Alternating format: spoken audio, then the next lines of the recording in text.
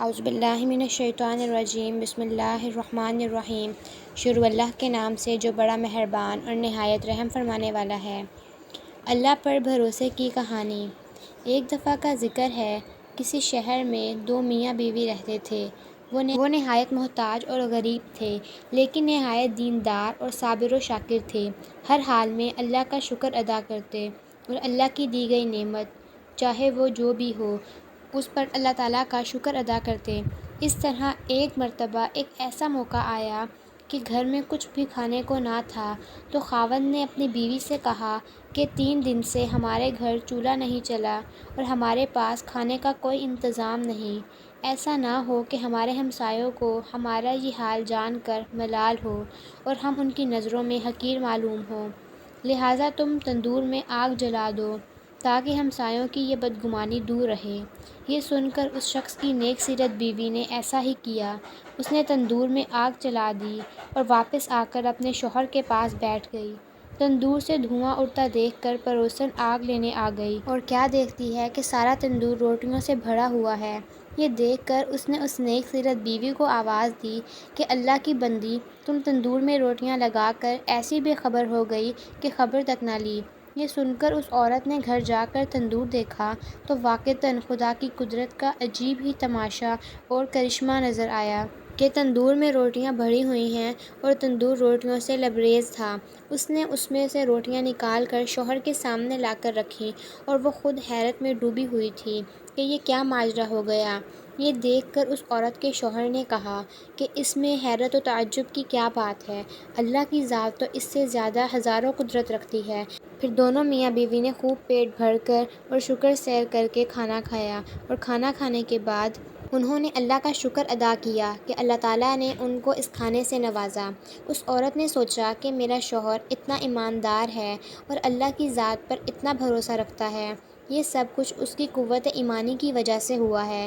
اس نے اپنے شوہر سے کہا کہ اللہ تعالیٰ سے دعا کیجیے کہ ہمیں کوئی ایسی چیز عنایت فرما دیں کہ جس سے دنیا کی روز روز کی فکر دور ہو جائے اور ہم دن رات اللہ کی عبادت میں لگے رہیں۔ شوہر نے اپنی بیوی سے کہا کہ وہ ہمارے حالات سے واقف ہے اور جو اللہ تعالیٰ کے نزدیک بہتر ہوتا ہے وہ وہی کرتا ہے، لیکن بیوی کے بے حد اصرار پر اس شخص نے ایک دن شب کے آخری لمحوں میں دعا کی کہ اے اللہ، تو ہمارے حال سے اچھی طرح واقف ہے، تیرے سامنے کسی بات کی عرض کی حاجت نہیں، لیکن مجھے میری بیوی نے مجبور کر دیا، تو چاہے تو اس کی خواہش پوری کر دے۔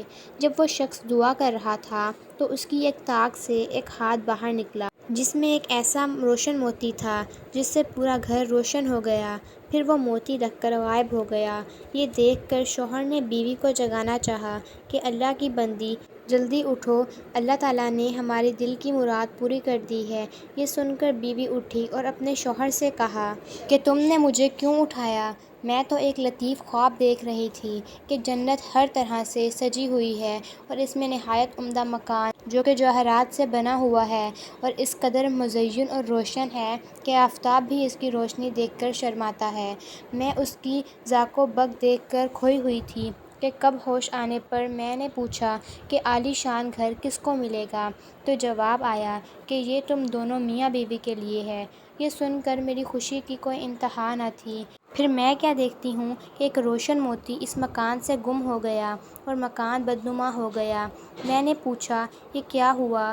جواب ملا کہ وہ روشن موتی جس سے تمہارا مکان روشن تھا، وہ موتی تمہاری خواہشات کے مطابق دنیا سے چلا گیا۔ جس قدر تم دنیا میں راحت و آرام چاہو گی، اس قدر یہاں کے رستوں میں کمی ہوتی جائے گی۔ یہ سن کر میں بدحواس ہو گئی اور دنیا کی لذت اور آرام سے بے نیاز میں اس کشمکش میں تھی کہ تم نے مجھے جگا دیا، لہٰذا آپ اللہ تعالیٰ سے پھر دعا کیجیے کہ یہ روشن موتی جہاں سے گم ہوا پھر وہیں اپنے مقام پر واپس چلا جائے، کیونکہ دنیا کی لذت سے باقی مکان کو ناقص بنا دینا سخت حماقت ہے۔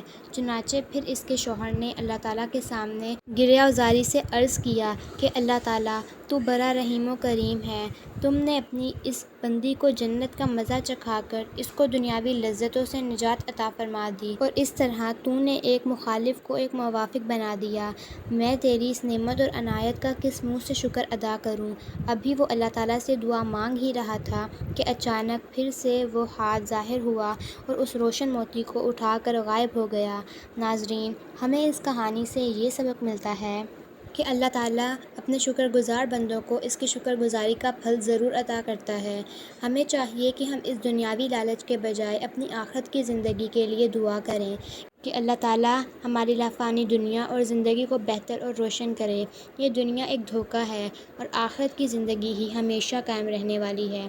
اللہ تعالیٰ سے دعا ہے کہ اللہ تعالیٰ ہمیں ثابت قدم رکھے اور ہمیں توفیق دے کہ ہم دنیا میں رہ کر اپنی آخرت کی زندگی بہتر بنا سکیں۔ جی تو ویورز، یہ تھی آج کی ہماری ویڈیو۔ امید ہے آپ کو میری ویڈیو پسند آئی ہوگی۔ اگر آپ کو میری ویڈیو پسند آئی ہو تو میرے چینل کو سبسکرائب کریں، ویڈیو کو لائک کریں اور شیئر کریں۔ اللہ حافظ۔